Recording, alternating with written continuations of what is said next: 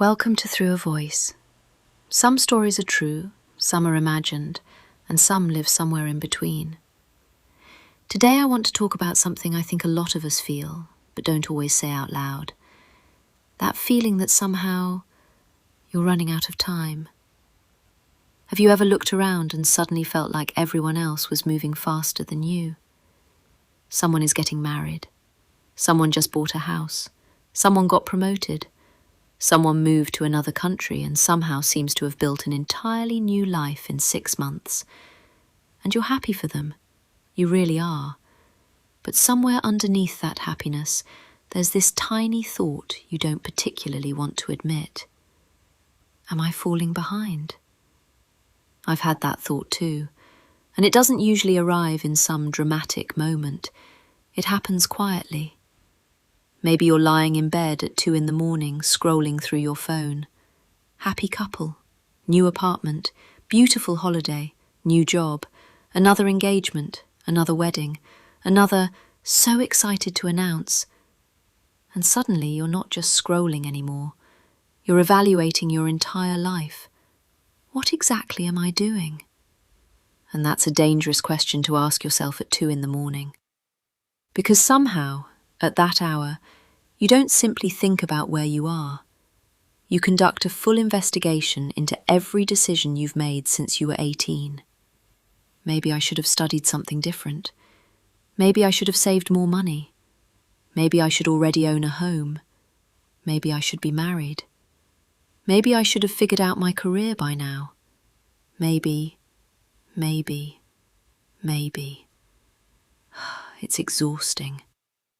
But here's the strange part. Nobody actually told me I was behind. There wasn't some official timeline I'd failed to follow. I'd looked at other people's lives, compared them with mine, and quietly created a deadline for myself. And maybe you've done that too. We see where somebody else is in life, and without even realizing it, we turn their progress into evidence that we're not doing enough. But the more I thought about it, the more I started asking myself, behind according to whom? Because think about the people you sometimes compare yourself to. The woman who got married at 25, the man who became successful at 30, the person who already owns a beautiful home, the girl online who somehow seems to spend every Wednesday afternoon drinking coffee beside Lake Como. None of them are living your life, and none of them are starting from exactly where you started. They don't have your circumstances, your responsibilities, your opportunities, your mistakes, your priorities, your timing. So why are you using their timeline to measure yours? And there's something else we forget. The people who appear to be ahead aren't necessarily happier. Someone can have the career and still dread Monday morning. Someone can have the relationship and still feel incredibly lonely inside it. Someone can own the beautiful apartment and lie awake worrying about the mortgage. Someone can travel constantly and still have no idea what they're doing with their life. And yes, some of them are genuinely happy. Of course they are. But someone else's happiness isn't evidence of your failure. Their life simply unfolded differently. I think social media makes it particularly difficult to remember that, because we're constantly seeing people's milestones without seeing their ordinary Tuesdays. We see the wedding. We don't see every difficult conversation that came before it. We see the promotion. We don't see the years of rejection. We see the holiday in Switzerland. We don't see the credit card statement waiting at home. We see the perfect photograph. We don't see the 27 photographs that weren't posted. And then we do something completely unfair to ourselves. We compare somebody else's edited moment with our entire unedited life. Of course we're going to lose that comparison. Life isn't a queue. There's nobody standing at the front handing out prizes to whoever gets married first. You don't receive a medal for owning property before 30. And nobody is going to appear on your birthday and tell you that you've missed the deadline for becoming successful. There is no universal deadline. Yes, our decisions have consequences.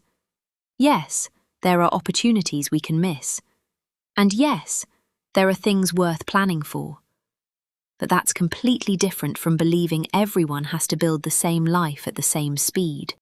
For a while, I thought the answer was simply to work harder.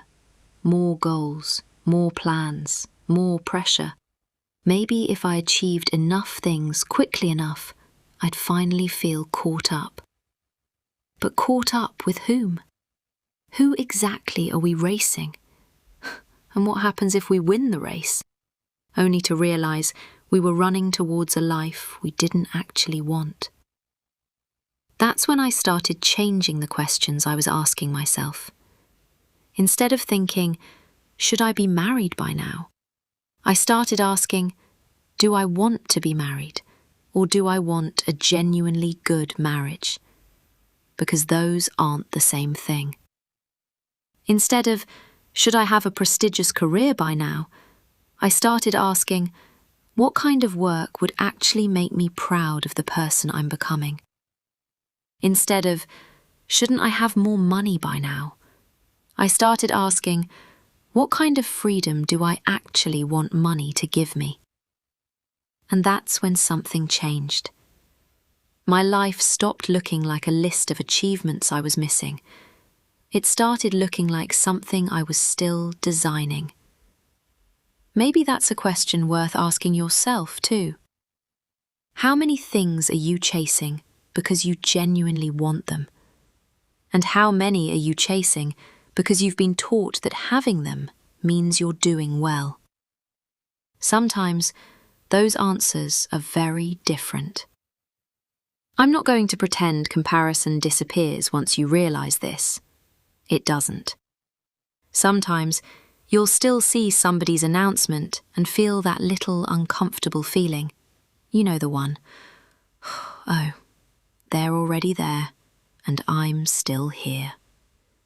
But maybe here isn't such a terrible place to be. Here might be where you're learning. Here might be where you're changing your mind. Here might be where you're recovering from something nobody else knows about. Here might be where you're building the skills you'll need for whatever comes next. Here might simply be where you're figuring out what you actually want, instead of automatically wanting whatever looks impressive. And maybe that's not falling behind. Maybe that's becoming more deliberate. There's something else I think we forget. Starting again isn't the same as starting from nothing. Every time you begin again, you carry something with you. Experience, mistakes, better judgment, confidence, stories, the ability to recognize situations you once would have walked straight into, the courage to say no to things you once would have tolerated, the wisdom to know that something looking good from the outside doesn't necessarily mean it's right for you. That's not nothing. That's growth. It just doesn't photograph particularly well. And maybe that's why we underestimate it. We're used to measuring progress through things we can show people: a new job, a new house, a relationship, a degree, a certain amount of money. But some of the most important progress you'll ever make can't be posted in a photograph. Learning to trust yourself again, becoming comfortable with saying no, walking away from something you once thought you couldn't live without, changing direction when you realize the life you planned isn't the life you want anymore, learning not to panic simply because somebody else arrived somewhere before you. Those things count too. So if you're listening to this and quietly wondering whether you're behind in life, maybe you're not. Maybe you've just been looking sideways too often. Maybe somebody else's chapter 12 has convinced you that your chapter 4 isn't good enough. Maybe you've been measuring your progress using milestones that were never really yours. And maybe you don't need to catch up. Maybe you need to decide where you actually want to go. Because I'd rather arrive at the right life a little later than rush into the wrong one simply because everybody else seemed to be getting there first. So the next time that little voice tells you you're behind, don't immediately believe it. Ask yourself one question. Behind according to whom? This is Through a Voice. Until next time.